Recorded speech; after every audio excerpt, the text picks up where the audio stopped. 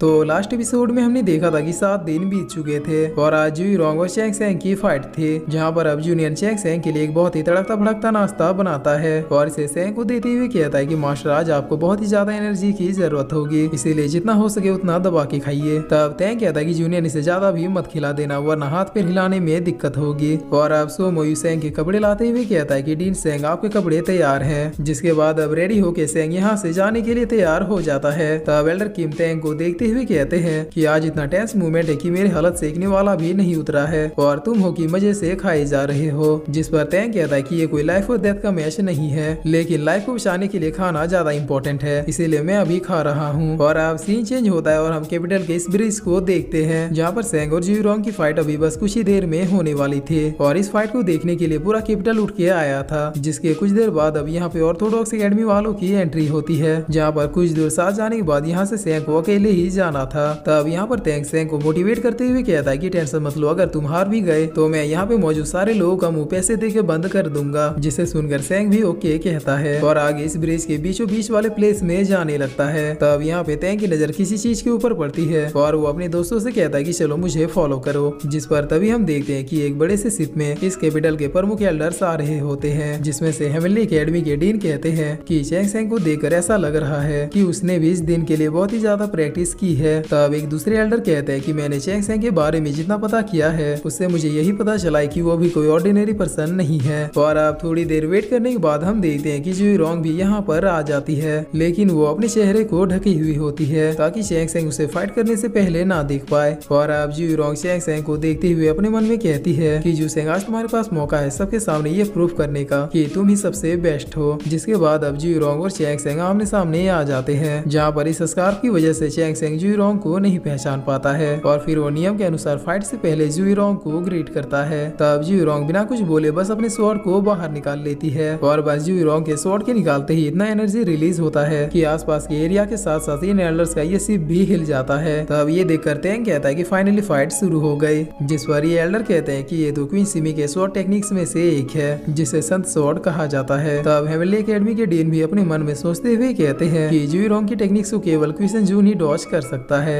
लेकिन चैंग सेंग तुम भी दाऊ जी के डिसाइपल हो और मुझे यकीन है कि तुम्हारे पास इस अटैक का कोई ना कोई तोड़ जरूर होगा। जिस पर अब हम सेंग को देखते हैं जो कि अपने मन में कहता है कि इसने क्वीन सिमी की सिखाई हुई टेक्निक्स को बहुत ही परफेक्टली सीखा है और मेरे ख्याल से इसे भी स्वॉर्ड के हर टेक्निक्स के बारे में पता होगा। और अब जू रोंग अपने फुल स्वॉर्ड को निकालते हुए सेंग के ऊपर एक वाइंड अटैक करती है, जिस पर सेंग भी अब अपने स्वॉर्ड को निकालते हुए इस अटैक को डॉज कर देता है और फिर सेंग तुरंत अपने लेजेंडरी स्टेप टेक्निक का यूज करते हुए सीधे जू रोंग के पास उसके ऊपर अटैक करने के लिए आ जाता है। जिस पर ये देख के जू रोंग अपने मन में कहती है कि आखिर से ये टेक्निक किसने सिखाया, क्योंकि डीमंस के अलावा ये टेक्निक सिर्फ एल्डर ली को ही आती थी। और यही सोचते हुए जू रोंग सेंग के अटैक को रोक लेती है और उसे एक अटैक के साथ पीछे धकेल देती है। तब ये देखकर तैंग अपने मन में कहता है कि अच्छा हुआ कि मैंने बैट को कैंसिल कर दिया था। जिस पर जी भी अब इस अटैक को देखते हुए कहता है कि अगर चैंग सेंग की जगह में भी होता तो मैं अपने वुल्फ के मैक्सिमम पावर का यूज करते हुए भी इस अटैक से खुद को इंजर्ड होने से नहीं बचा पाता। तब यहाँ पे सेंग एल्डर सूली की एक टेक्निक को याद करते हुए इस अटैक को रोकने की कोशिश करने लगता है, लेकिन तभी अचानक जू रोंग बहुत ही तेजी से सेंग के ऊपर अटैक करने के लिए आ जाती है, जिसे सेंग भी अपने स्वॉर्ड से रोकने लगता है और रोकते रोकते वो इतना ज्यादा पीछे चल जाता है कि उसके पैर इस ब्रिज में धंस जाते हैं। जिस पर सेंग अब अपने मन में कहता है कि अगर मैंने जल्दी से कुछ नहीं किया तो सच में इसके इसी तरह के और 2 अटैक मेरे लिए काफी होंगे। और ये सोचते ही सेंग अब एल्डर जियांग वांगफू के स्वॉर्ड स्टाइल में आ जाता है और अपने फायर ऑरा को भी एक्टिव कर लेता है, जिसकी वजह से अब फिर से सेंग की बॉडी पूरी तरीके से जलने लगती है। लेकिन सेंग की किस्मत अच्छी थी कि तभी इस ब्रिज पे बारिश शुरू हो जाती है और अब इस फायर को देखते हुए सारे एल्डर कहते हैं कि क्या ये अपने एलिमेंट्स को चेंज कर रहा है, क्योंकि सेंग के बारे में तो हमें ये बताया गया था कि इसके पास प्योर यिन की पावर है। जिस पर हेवनली एकेडमी के डीन कहते हैं कि मुझे ऐसा क्यों लग रहा है कि सेंग अब जियांग वांगफू के फ्री स्टाइल स्वॉर्ड टेक्निक का यूज करने वाला है। तब यहाँ पे कुछ देर बाद अब सेंग का ये फायर भी शांत हो जाता है, जिसे देखकर जू रोंग कहती है कि अगर तुम अपने स्वॉर्ड के सबसे पावरफुल टेक्निक का यूज कर रहे हो तो अब मैं भी पीछे नहीं हटने वाली।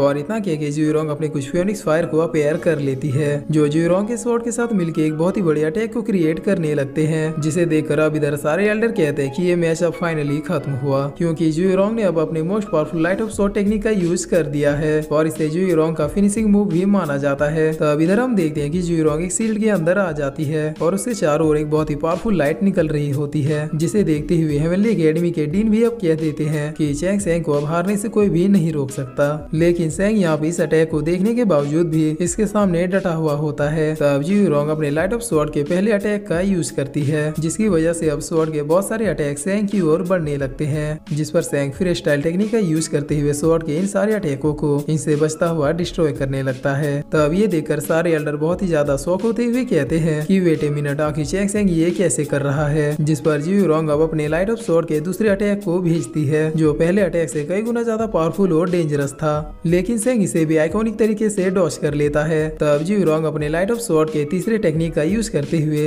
अब इस अटैक के साथ खुद भी चैंग सेंग की ओर बढ़ने लगती है, जिस पर सेंग अब जो दूफू के ग्रेव में सीखे हुए टेक्निक्स का यूज करता है, लेकिन इससे भी बात नहीं बनती है। तब सेंग फिर से फ्री स्टाइल टेक्निक का ही यूज करते हुए इस अटैक को जी रोंग के करीब आने से पहले ही डिस्ट्रॉय करने की कोशिश करने लगता है। और अब इस अटैक को रोकते रोकते सेंग कहता है कि मुझे अब ऐसा क्यों लगने लगा है कि मेरे सामने जो पर्सन है वो मुझसे काफी ज्यादा फेमिलियर है। और फिर सेंग अपने आप को संभालते हुए कहता है कि नहीं, ये वो पर्सन है जिसकी फैमिली ने मुझे और मेरे मास्टर को हमेशा एक वेस्ट समझा है, इसीलिए किसी भी कीमत में आज तो मैं इससे नहीं हार सकता। और यही सोच के ये दोनों अपनी अपनी फुल पावर से एक दूसरे से टकराते हैं, जिसकी वजह से जी रोंग का ये लाइट ऑफ स्वॉर्ड खत्म हो जाता है। तब सेंग बिना किसी देरी के अपने स्वॉर्ड से जी रोंग के ऊपर अटैक करने के लिए बढ़ता है, जिस पर जी रोंग भी अपने स्वॉर्ड से सेंग के ऊपर अटैक करती है। लेकिन सेंग एन वक्त पे जी रोंग के ऊपर अटैक करना छोड़ के अपने हाथ को जी रोंग के स्वॉर्ड की ओर बढ़ाते हुए कहता है कि जाय स्वॉर्ड, क्या तुमने मुझे नहीं पहचाना? मैं 10,000 स्वॉर्ड्स का ओनर हूँ। और अब सेंग वैसा करते देख करते हैं कहता है कि क्या ये पागल हो गया है, देखना अभी ये उधर से अपना एक हाथ कुर्बान करके आएगा। जिस पर जीजुई कहता है कि नहीं, वो 10,000 स्वॉर्ड्स के प्राइड का यूज कर रहा है। जिस पर अब जैसे सेंग का हाथ इस स्वॉर्ड में टच होता है तो इससे सेंग तो इंजर्ड नहीं होता है, लेकिन जी रोंग बहुत ही ज्यादा पीछे हट जाती है। जहाँ पर जी रोंग अब अपने मन में कहती है कि अगर तुमने मेरे लिए 7 दिन प्रिपरेशन किया है तो मैंने भी तुम्हारे लिए 7 दिनों तक प्रिपरेशन किया है। और ये कहकर जी रोंग दोबारा से सेंग के ऊपर अटैक करने के लिए बढ़ती है, जहाँ पर वो इस बार सेंग के बॉडी में अपने स्वॉर्ड को थोड़ा सा घुसा देती है, लेकिन इससे सेंग को भी मौका मिल जाता है, जिससे वो जी रोंग के स्वॉर्ड को अपने कंट्रोल में कर लेता है। तब जी रोंग अपने मन में कहती है कि मुझे पता था कि तुम यही करोगे। और ये कहकर जी रोंग अपने स्पिरिचुअल फिंगर का यूज करती है, जिसे देखकर इधर के लोगों की जान तो हालत में आ जाती है, क्योंकि जी रोंग ने अभी जिस टेक्निक का यूज किया है वो स्पेशली किसी को मारने के लिए था। लेकिन तभी हम देखते हैं कि सेंग ने अपने स्वॉर्ड से जी रोंग के इस अटैक को भी बहुत ही फास्टली रोक लिया है, जिसकी वजह से खुद जी रोंग के फिंगर से ब्लड निकल जाता है। जिसके बाद यहाँ का माहौल बहुत ही ज्यादा शांत हो जाता है और फिर ये दोनों एक दूसरे को बहुत ही गौर से देखने लगते हैं, जहाँ पर अब जी रोंग अपने मन में कहती है कि आखिर इसका मूव मुझसे ज्यादा फास्ट कैसे हो सकता है।